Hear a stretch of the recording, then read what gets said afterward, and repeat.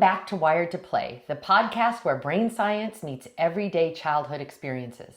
I'm your host, Dr. Christy McPeck, and I'm here with Executive Director Jenny Gonzalez. And today we're exploring one of the most extraordinary periods of human development, infancy. Before babies can talk, before they can walk, before they can even sit up independently, their brains are building millions of neural connections every second. And here's the amazing part. Those connections are shaped through relationships, sensory experiences, movements, and play. Today we'll talk about how the infant brain develops, why responsive caregiving matters, how play literally wires the brain, and what infants truly need for healthy learning and development. Whether you're a parent rocking a newborn at 2 a.m., an infant teacher creating nurturing environments, or a college student studying child development, this episode's for you. So settle in and let's explore how babies are truly wired to play.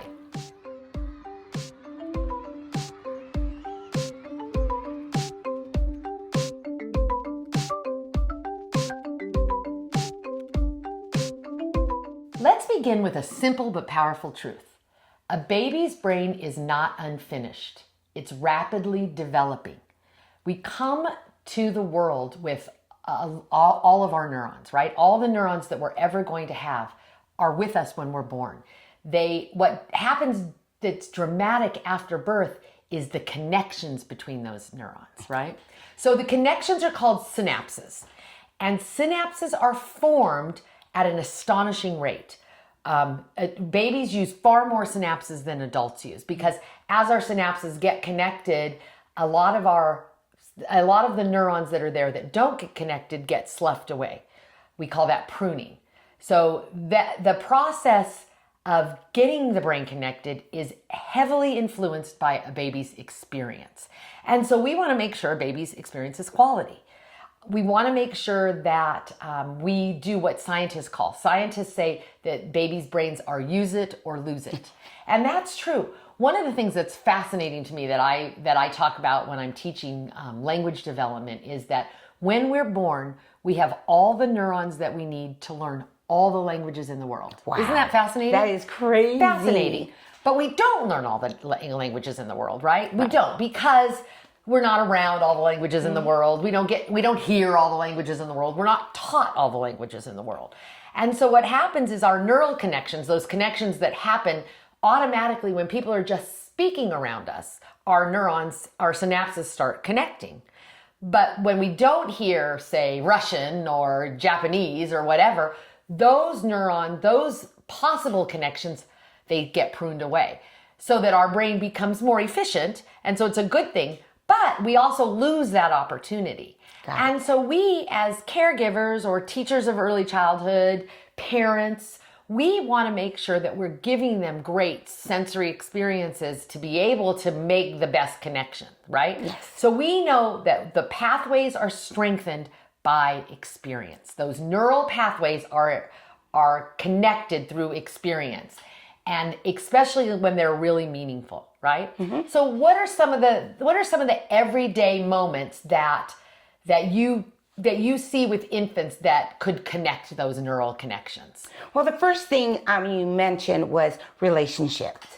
So that's really, really important that we're building those relationships with our infants and toddlers. And it's with the first connection. Right. When the child walks in and we address them by their name. And our, children are so smart. They read off our body language. Absolutely. And so if we're excited and we show emotion, they're going to be feeding off of that and they may respond the same way. Of course, they are going to be hesitant. We're strangers. They're like born with stranger danger already. And so having that kind of relationship first is the first thing I think you have to build, and having that relationship with the child. Right. Some of those things just come naturally when we're parents. Yes. We naturally give babies eye contact. We sing to them, we cuddle them, we talk to them, we rock them, we play peekaboo, we give them different things to touch and mouth and all of that to kind of stimulate their senses. But sometimes in a caregiving situation, we aren't as we're not as tuned into that, right? Correct. So that relationship that you're speaking of helps us tune in, helps us do those things that we naturally do as moms. Correct. When we had our babies, we naturally did those things. Nobody had to tell us, oh, you need to make eye contact with your baby or you need to cuddle your baby. We just knew that. It was instinctual. So we have to make sure that in a childcare setting, we're fostering that relationship with babies so that they get those things that they need that are so important to their neural connections, those brain building experiences. Correct. Right? So what happens in the brain structure in infancy? We know that different parts of the brain develop at different times. So the lower parts of the brain, the things that are responsible for our survival functions like breathing, sleeping, heart rate, even sucking on a bottle, those develop first. And that makes sense, right? Because we have to stay alive, and those are the things that keep us alive. The higher level regions, that prefrontal cortex that we've been talking so much about in elementary school, those things that are responsible for planning, impulse control, reasoning, those happen much later, as we've been talking about in the school age years, right? Yes. Those happen much later and all the way into adulthood.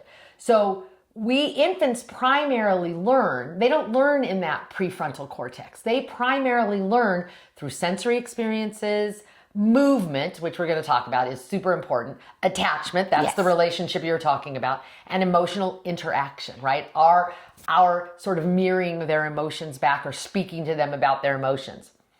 Again, we want to reiterate, not worksheets, not flashcards, not academic drills. We shouldn't be doing any of those things. The infant brain develops through relationships and active exploration, right? Giving them things to touch, taste, smell, hear, and feel, right? Correct, because you walk into a classroom and you can see younger infants and they have like artwork on the wall. And you're like, I don't think this baby can glue yet. Yes, right. So I'm like, good job, teacher. Yeah, exactly. So like they're missing the point. Maybe the experience of them just moving their, having sensory is what the goal really was, but not really the artwork or stuff. Putting something on the table that they can feel and touch with no product. Yes. We don't have to have something to, hang up. Yes. Something that we want to give them the experience, the feeling of touching shaving cream or whipped cream, or because, they might put it in their mouth, whatever that is, that gives them that sensory exploration. Because sensory is their language. Because that's the one thing that we have to be able to say. Like, that is the first thing. If we're going to say, do you teach language in your infant center? Yes. And it starts with sensory. Right, exactly. Well, one of the things that happens that's so important in infant care or dealing with infants in general, infant development, is we call it serve and return. Mm-hmm. So serve and return is the idea of a baby does something and the adult does it back. If you think of like a tennis match, right? A baby coos or smiles or cries or points, that's the serve. Yes. Right? And then an adult does something warmly back. An adult gives them words and says, oh, you want your bottle, or oh, you're pointing at the sky, or whatever, or gives them eye contact or touches them, or we smile or we coo back at them. That's the return. So the baby serves whatever their expression is, and we return it by responding in some way.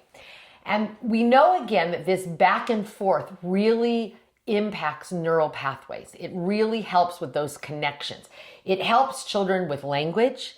It helps them with emotional regulation, social development, cognition.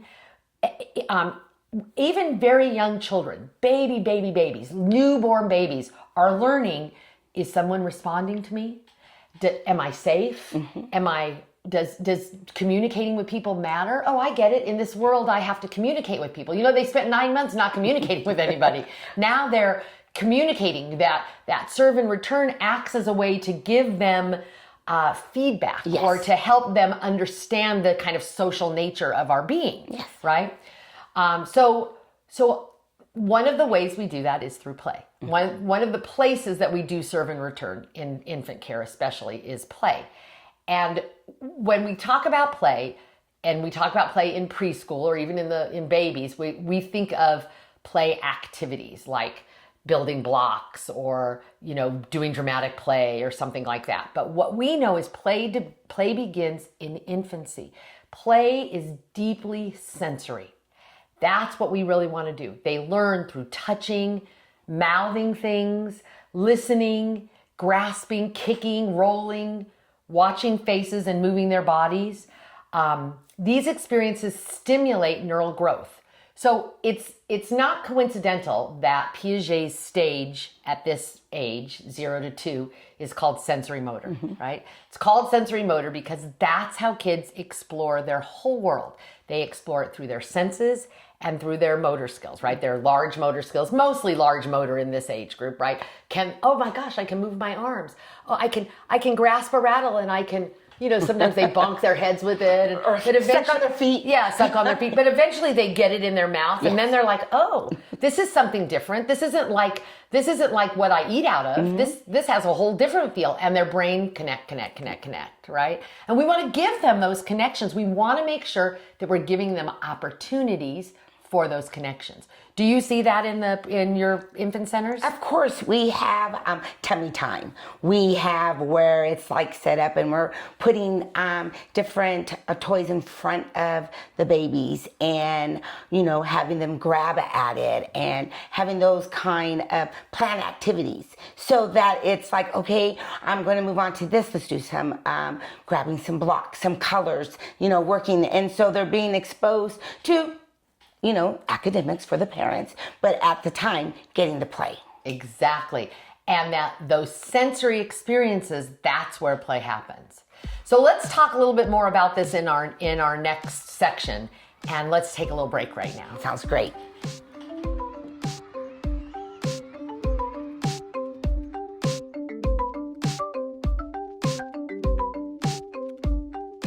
Enjoying today's episode? Like and rate our episode to support us here at Wired to Play. Do you have a story or a question? Would you like to share it on our show? Email us at wiredtoplay@zayproductions.com and follow us on Instagram at Wired to Play Podcast. And a special thanks to viewers like you. Thank you. Now back to the show. So we've been talking about senses and sensory experiences and how important that is. And every sensory experience activates pathways in the developing brain, right? Which is the goal. Yes. We want to help the infants activate and connect as many of those as we can. Because if you think about it, remember when we talked in the school age years, we talked about how they go back to those connections. They utilize those connections when they're learning the next thing. So like if they learn something about something from their senses when they're babies, when a teacher's trying to teach them something, say in the 3rd grade, they react to that with that neural connection and they say, oh yeah, that's right.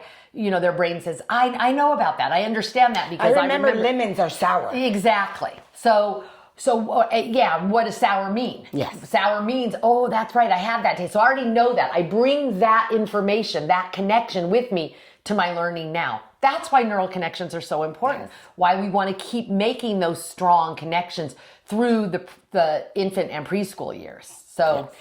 And we know play does that the best. Yes. Play is the best way to build those neural connections.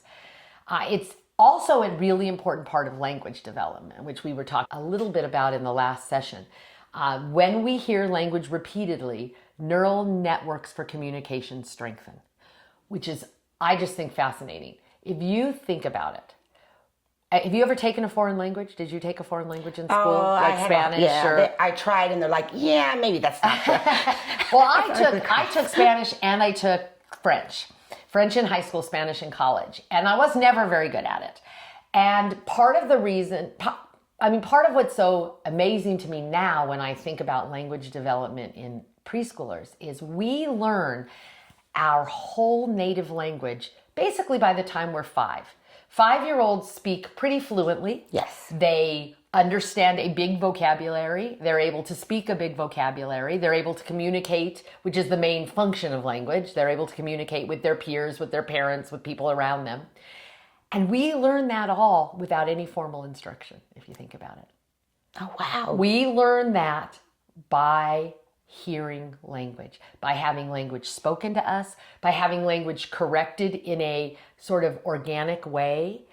When you're speaking with a child and they say, yesterday I'm going to Disneyland, and they really mean tomorrow I'm going to Disneyland. You don't say, oh, no, that's not the right part of speech. You say, oh, tomorrow you're going to Disneyland? Yeah. And you just naturally correct it. And they hear that, and something connects in their brain. Yeah. And so we know that language development, that speaking to them is really important. When they reach for an object, one of their pathway for motor development is getting fired. It's getting connected. When caregivers sing lullabies, we're learning rhythm and our auditory processes are activating. When babies explore textures, sounds, movement, the brain integrates all of those sensory experiences. That is just so amazing because it makes you think back, like you turn on a song and all of a sudden the babies start like doing this little move. Right. You turn off the song, they go back to whatever they're doing, you turn the song on again and they do this little move and you're like, they made that connection. Yes, that when that exactly. song comes on, I do this move. It's amazing. Yes, for sure. And all of that without what we would call formal academics, which is a really important component. One of the things we really want to get across to our audience is the play is learning. Play is what they're supposed to be doing to make these very important neural connections for our brain development. Yes. So these early sensory experiences and the motor experiences, they lay the foundation for everything we're going to do, for reading, for writing, for attention, for our emotional regulation, and how we learn to solve problems. All that starts, all the education for that starts with these neural connections through sensory and motor experiences. That is just, I just sitting back and I'm making all these connections like, the babies in my class, when we teach them up and down, that's by language. It's not like, it's by giving them the example, this is up, this is down. Or you have little toddlers who know now to go throw this in the trash. They follow those directions and that is the language and they're able to take that on to the next step. I love the example of up and down, like you hold a baby and you say up, down, up, down. And we think in many ways, adults, that's no big deal. Yeah. No big deal. We're just playing with them. Yes, that's right. But in that play, we're making their brain connection. And when they get into preschool where they really learn more formally up and down, they're going to be able to tap into that neural connection of feeling the up and feeling the down. Yes. Right? Isn't that so? It's so interesting. I mean, Yes. it's so important. One of the best ways to give babies, infants, especially infants pre-toddling sensory experiences is through movement. One of the biggest mistakes we make with our babies is putting them in apparatus, in some kind of apparatus, a walker, even the Johnny jump up thing, although they do a lot of movement in that, they're still very restricted and they're being held in a kind of false way. In a walker, they're being made to stand up before their muscles are really ready to stand. It's a lot of things that they're not really quite ready for. And it impedes the real natural movements that they should be doing. So one of the things before they speak, and you said this earlier, they move. Movement is their language. Movement is how they tell us. Their cries and their movements are how we know what's wrong with them, what's happening with them, what they need. And so one of the things we really want to do is tummy time. So talk a little bit about tummy time, what that means, what you guys do in your school for tummy time. For tummy time, we'll lay our babies down on their tummy. We will sometimes assist them a little bit if they're not as developed of holding their heads up, and we want to make sure that they're safe and giving them items for them to be able to see. If we see that they're having problems and they're not able to move their head, lift their hip, then maybe that's not, the best time. We'll flip them back over onto their back and maybe do some more activities to straighten those and make it muscles. movement on their back too. Yes. They don't have, just because we call it tummy time doesn't mean they have to be on their tummy. Correct. They can also be on their back, Yes, right? but giving them something, a mirror, so they can see themselves, so that they're having that, playtime. Right. Or even just us interacting with them while they're laying on their backs, right? Or laying on their tummy. I remember with my kids when they were little, pre-crawl, I remember laying on my tummy and like facing them face to face and saying, "Oh, you see mommy," or "Come crawl to me." You know, you're trying to get them. But that is a real neural connection time. That is a time when their connections are just going bang, bang, bang, bang, bang, because again, they're getting that serve and return. So that's a great thing. One of the things we know happens in tummy time is the idea that they reach or they grasp for something, which starts their hand-eye coordination, right? Well, that's one of the things we need is hand-eye coordination. And hand-eye coordination is just simply the idea that we can coordinate our hands with our eye movements. So that if I reach out to touch you, I know that my hand is going to touch you because my eyes show me that, right? Yes. I don't fling past you. And so babies, they do fling past you because they haven't got hand-eye coordination yet. But as they begin to be able to do tummy time or just any of their kind of natural movements, they start to learn that idea of hand-eye coordination. Then they move into crawling. And crawling we know is really important because it helps develop bilateral coordination and spatial awareness, right? So in crawling, we get something, we get those connections again that are gonna lead us to the skills that we need. If you can imagine for reading, right? One of the most important parts of reading, one of the best indicators of reading is how well you crawl. Yes. And so if we take that ability for them to crawl away by sticking them in a walker or sticking them in a high chair or sticking them in a whatever, we take away them learning making those connections, those brain connections for bilateral coordination and spatial awareness. And problem solving, because sure. toddlers who crawl under a table, you might hear them cry at first, and you get down onto their level and you're talking to them like, come on, like, let's go this way, and you help them through that little, tunnel. Right. And then the next time they're going to have that connection. Like, if I keep on going through, I'm not going to get stuck. Right. And so they are able to do problem solving. Magda Gerber, who is a infant developmentalist, she has this great video where she shows a baby crawls under and gets stuck under a table. And most people would just swoop the table away or swoop the baby out. And she doesn't. She does exactly what you're saying. She gets down on all fours, and she was an old woman. She gets down on all fours and she coaxes the baby and lets the baby problem solve how to get out of there. Brain connection. Yes. Important brain connection. Movement experiences help organize our nervous system. That helps our body be able to start regulating our nervous system. It's why infants need these kind of free spaces for free movement, not prolonged time in some kind of apparatus. Babies learn by moving. That's really critically important. You already spoke about it, but one of the greatest ways to get babies moving is music. They're naturally responsive to rhythm and sound, which you described. They like songs with repetition. We sing songs that have repetition, like the Itsy Bitsy Spider, or some of the finger plays that we do, and they get those in their memory. That develops their memory, it develops their language development, their auditory development, their listening, and it gives them emotional bonding because they're singing with us, and we're clapping for them as they sing and learn the songs and the movements to the songs. So simple nursery rhymes and finger plays help them hear patterns in language long before they understand words. And music creates that all-important connection. And it helps with the connection that you talked about in the beginning, that relationship connection. When we're singing with somebody, we're connecting with them. Yes. Right? Yes.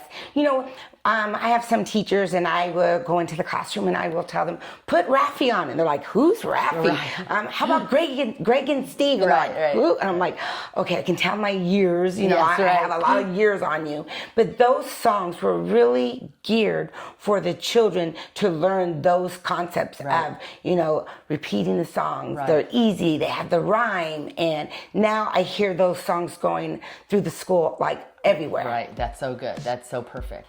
Well, let's talk a little bit more about this after our next break. Sounds great.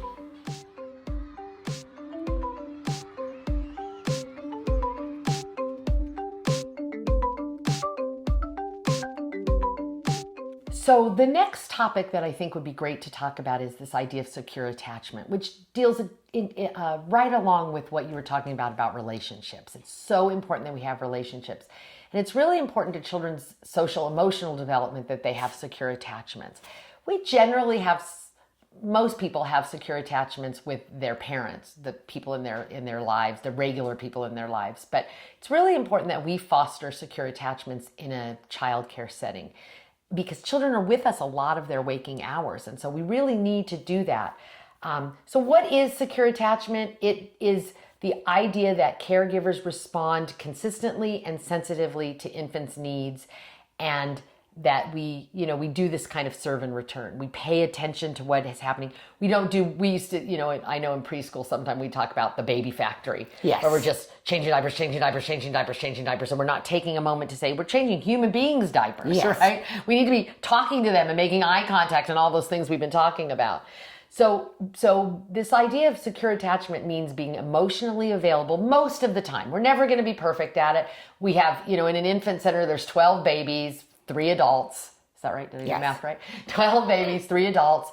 And so, we aren't going to be able to be emotionally available to all babies all the time. But it's important that we try, yes. right? Because in this secure attachment, we teach them the world's safe. We teach them that their needs will be met. And we teach them that relationships are trustworthy. Yes. And I think that's one of the most important things. Do you see that in your school? Oh, yes. Not just for the babies, but for the parent also. The babies will respond better to you when they have a really good, secure attachment. Absolutely. And then they know you're coming. So even if you are dealing with another situation, your words, it's going to comfort the child and right. be able to say, I know they hear me, because they're responding, and they'll be right here. That time. It's not a long time for them. Right. It gives them emotional resilience. It gives them confidence. It gives them exploration, and it helps them with their later social relationships. Yes. Right. Secure attachments let babies know that you're coming back, which is what you just said. It lets them know you see me. That's one of the biggest fears yes. as a mom. I remember feeling like, does anybody see my baby? Yes. I want to make sure somebody sees my baby all day long, right? And that it tells them, secure attachments tell babies that we're connected. Yes. We have a relationship. There's something meaningful going on with us. Correct. Right? The other thing that happens with social emotional development in this idea of relationship is what we call co-regulation. And co-regulation just means that we help children learn to regulate their emotions. They don't get good at it right away. Yes. Babies aren't good at emotion regulators. 2-year-olds aren't good emotion regulators, right? They start to really get better at it at about 2. But play in infancy helps infants learn this kind of emotion regulation, right? When a baby's crying and really upset, we help to give them ways to soothe themselves, right? Yes. Sometimes we pick them up and we rock them, which soothes them. Sometimes we leave them on and we pat them. If we're trying to get them to sleep and they're, really fussy, maybe we rub their backs or we pat their backs or we sing them a song, right? Yes. So those things that we do to co-regulate, to help them calm their emotions, to understand their emotions. We speak the words. We say, what they're feeling. Oh, I know you're really upset right now, but you're going to be okay. And you do them, and you're showing them how does it feel to be calm? What does connection feel like? Yes. If you take a crying baby from their mom and the mom has to leave, you're saying that you're still safe. I'm still holding you. I'm still loving you. I get frustrated with infant teachers who, say things to me like, we can't hold that baby because it'll get spoiled. We don't spoil babies. Babies need to be held. Babies are meant to be held. We live in a society that should be holding our babies. Yes. And so one of the things we have to continually remind infant teachers of is that we're dealing with humans who need brain connections, who need neural development, who need relationships to get those things. And we're the people they're having the relationships with. And that means holding them. That means comforting them. That means not letting them lay and cry because we're too busy doing something else. Yes. I know we talk about that. Yes. And we just think, they're just going to cry. There's nothing you can do. We're just going to cry. And they may, because that just might be their temperament. Right. But having our soft words will still make those connections that I'm still being heard, I'm still being seen, and I feel loved. And it's setting up the whole environment. When we talk about high quality environment in infant care, we're talking about something different than in preschool. And we sometimes don't make that distinction. It's really important that we have the distinction of what an infant center should look like or a toddler room should look like as opposed to what a preschool 4-year-old room should look like. Correct. And so one of the things in a quality infant program is it should be calm, responsive, and relationship centered. Yes. We should be dealing first in relationships, then doing the basic care that needs to be done. And we have to change diapers. We have to do all of the things we have to do, feed babies, put them to sleep. But we should put the relationships at the center and the priority.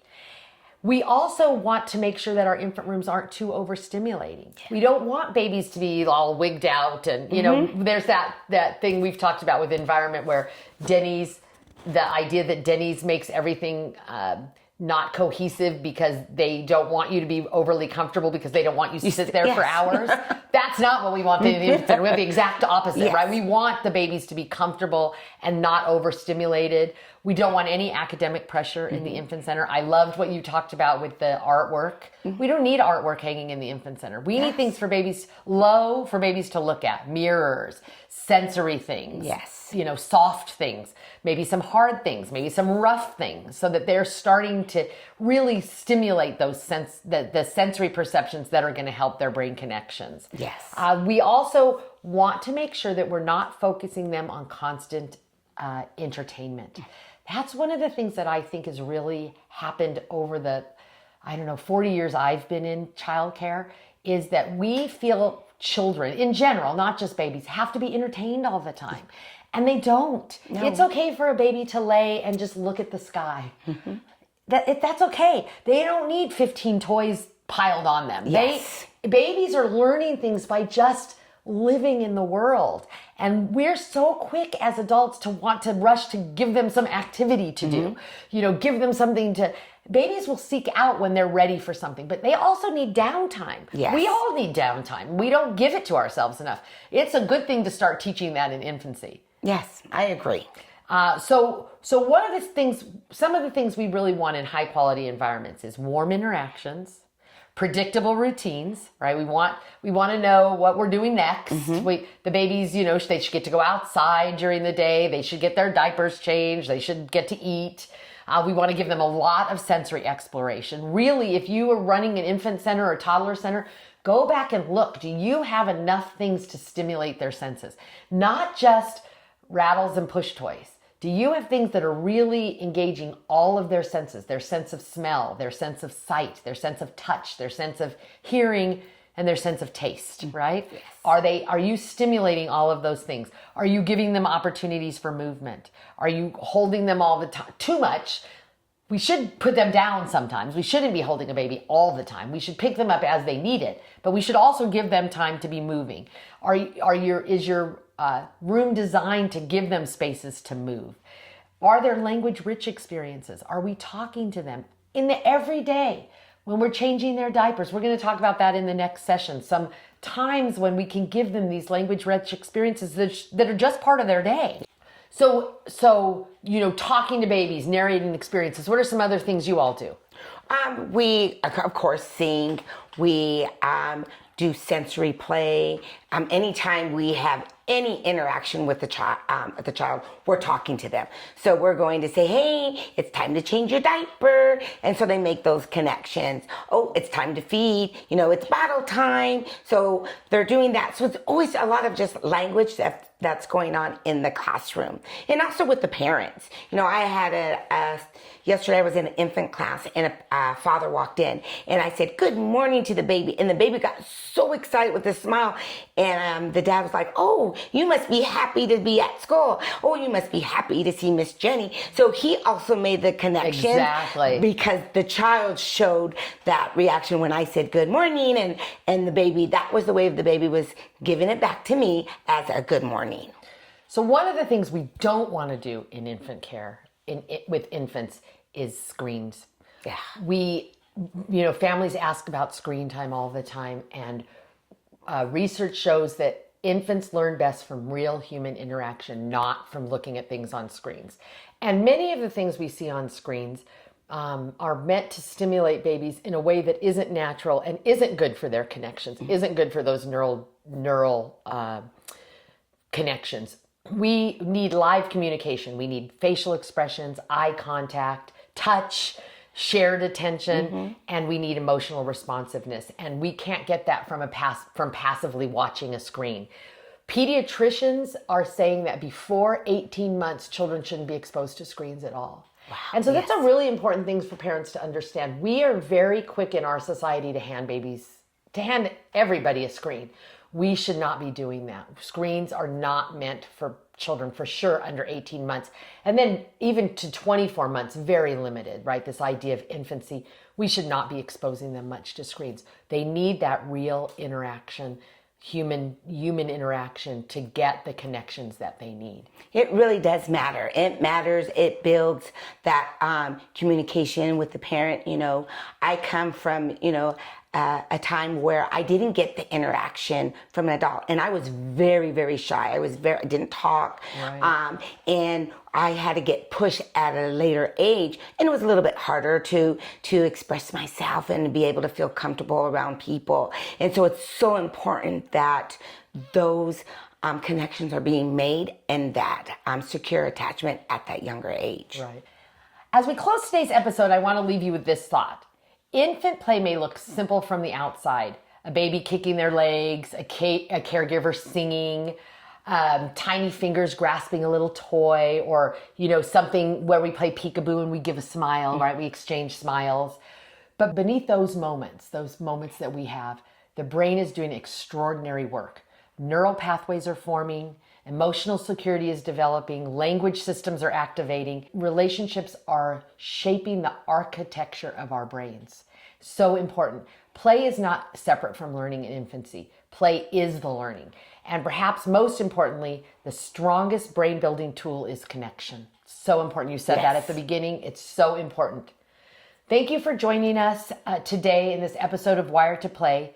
If you enjoyed today's conversation, share it with a parent, an educator, or a caregiver who works with infants. And until next time, keep nurturing curiosity, relationships, and the incredible developing brain. And remember, play isn't extra, it's essential.